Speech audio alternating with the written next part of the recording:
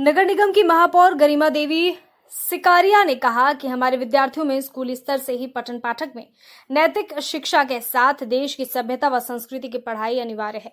वे शुक्रवार को नगर राज्य ड्योढ़ी स्थित सरस्वती बालिका विद्या मंदिर में पश्चिम और पूर्वी चंपारण में संचालित विद्या भारती के कुल 42 शिशु विद्या मंदिरों की प्रतियोगिता के प्रतिभागी कुल करीब 800 विद्यार्थी और आचार्य गण उपस्थिति में समारोह का उद्घाटन दीप प्रज्वलित द्वारा करने के बाद बोल रही थी। महापौर सिकारिया ने कहा कि हमारे समय में स्कूल स्तर से ही पठन पाठन में नैतिक शिक्षा के साथ देश की सभ्यता और संस्कृति की पढ़ाई अनिवार्य हुआ करती थी। बाद में पाठ्यक्रम में इसकी अनदेखी के कारण हमारी शिक्षा प्रणाली देश के स्वच्छ चरित्र के सशक्त नागरिक तैयार करने में कमजोर साबित हो रही है। लेकिन नई शिक्षा नीति पर आधारित पाठ्यक्रमों में देश की विज्ञापन परक सभ्यता संस्कृति के सम्यक ज्ञान का बेहतर समावेश होना स्वागत योग्य पहल है। महापौर ने इस प्रतियोगिता प्रतिस्पर्धा में शामिल विद्यार्थियों को प्रोत्साहित करते हुए कहा कि प्रतियोगिता से प्रतिभा में निखार आता है। ऐसी प्रतियोगिता विद्यार्थियों में ज्ञान विज्ञान में गुणवत्तापूर्ण विकास का सशक्त माध्यम हो सकती है। वहीं स्थानीय प्रधानाचार्य सुशील कुमार ने विभाग स्तरीय इस प्रतियोगिता के आयोजन के लिए विद्या भारती और लोक शिक्षा समिति के अधिकारीगण का आभार व्यक्त करने के साथ सबका स्वागत किया। प्रतियोगिता के उद्घाटन सत्र में चंपारण विभाग प्रमुख अनिल राम, सरस्वती विद्या मंदिर बरवत के प्रधानाचार्य, विद्यालय समिति प्रबंध समिति के सचिव रवि रंजन यादव, कोषाध्यक्ष सुभाष रुंगटा आदि गणमान्य लोगों का विशेष योगदान रहा। नमस्कार। आज हरिदास नाला सरस्वती शिशु बालिका विद्या मंदिर के इस परिसर में विभाग स्तरीय आयोजित इस प्रश्न मंच पे उपस्थित यहाँ जिला प्रशिक्षणाधिकारी अनिल कुमार जी, यहाँ के प्रधानाचार्य बरहत सेना से आए प्रधानाचार्य विनोद कुमार जी, उपस्थित सभी स्कूलों से आए, सभी विद्या मंदिर से आए प्राचार्य आचार्य जी, सभी शिक्षकगण, सभी बच्चे जिन्होंने आज पार्टिसिपेट किया है और इस स्कूल के भी जितने भी सभी स्टूडेंट्स हैं उपस्थित यहाँ पे सभी मीडिया बंधु, आप सबों का हार्दिक अभिनंदन और स्वागत है। संदर्भ में आज प्रतियोगिता रखी गई है उसका सार भी समझना है।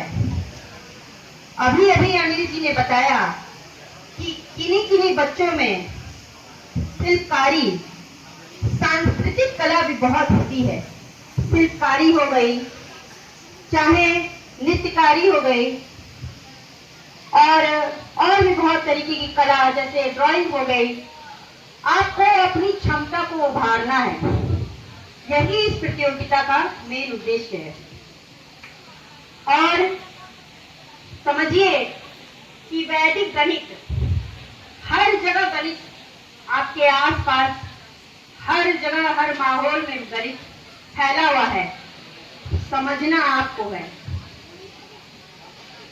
आप अगर उस कैलकुलेशन को समझते हैं, सबसे पहली बात तो कि ज्ञान अर्जित करने का मतलब आपको पढ़ना लिखना आना नहीं होना चाहिए। ज्ञान अर्जित करने का मतलब होता है कि अपना बौद्धिक विकास, अपनी क्षमता में और विकास, आप कितना समझ रहे हैं और उस संदर्भ में और क्या कर सकते हैं और उसे कितनी गति दे सकते हैं और अपने लक्ष्य को पा सकते हैं, ये बहुत जरूरी होता है ज्ञान अर्जित करने का मतलब। और बखूबी किया जा रहा है विद्या मंदिर के द्वारा। मैं जितनी बार भी चाहे बरवत सेना विद्या मंदिर में गई हूँ, यहाँ में भी मैं बहुत बार आई हूँ, मैंने देखा है कि बच्चों में एक इच्छा शक्ति है। जब तक आप में इच्छा शक्ति रहेगी, जानने की शक्ति रहेगी, आप जिज्ञासु रहेंगे, आपकी वह एनर्जी आपको बहुत दूर तक लेके जाएगी। ये कभी नहीं समझिएगा कि समय आपके पास आएगा, ऐसी अपॉर्चुनिटी आएगी कि जिससे आपका कुछ बहुत अच्छा होने वाला है। आपको उस अपॉर्चुनिटी को ग्रैब करना पड़ता है। जैसे मैं इस शहर में जब आई तो मैं एक घरेलू वाइफ की तरह हाउस वाइफ की तरह मैंने अपना जीवन यापन किया, लेकिन मुझे एक अपॉर्चुनिटी मिली कि इस शहर के लिए, इस नगर निगम के लिए, इस समाज के लिए शायद तक कुछ मैं कर सकूं। तो मैंने उस क्षेत्र में कोशिश की और आप सबों के सहयोग से, आप सबों के आशीर्वाद से आज मैं इस जगह पे हूँ। यही मैं चाहती हूँ कि यह संघर्ष हर बच्चा करे। इस कंपटीशन का मतलब भी यही है कि आपके भीतर जो जिज्ञासा है एक दूसरे के बीच में रख के उसका सही आंसर आपको मिले। अगर कोई अगले वाला अच्छा आंसर देता है तो आप समझ सकते हैं कि वह प्रश्न मंच में उसके नंबर ज्यादा रहेंगे, लेकिन आप समझिए कि उससे आपकी जितनी जिज्ञासा है या जो भी कंफ्यूजन है वो दूर होते जाएगा। अगली बार जब आप आएंगे तो और निखर के आएंगे। तो ये हमेशा ध्यान रखना है कि स्टेप बाय स्टेप ऊपर बढ़ा जाता है। कभी भी ऐसे नहीं होता है कि आप अचानक से जाएं और हवा में ऊपर पहुंच जाएंगे, और जो वहां पहुंचता है वो मुंह के बल गिरता है। तो ध्यान रखिए बच्चों कि इस एज से लेके, शिशु अवस्था से लेके, बाल्यावस्था से लेके आपके यौनावस्था तक आपको संघर्षरत रहना है, संघर्ष करते रहना है जब तक कि आपको अपना लक्ष्य नहीं मिल जाए। और आपका लक्ष्य क्या होना चाहिए?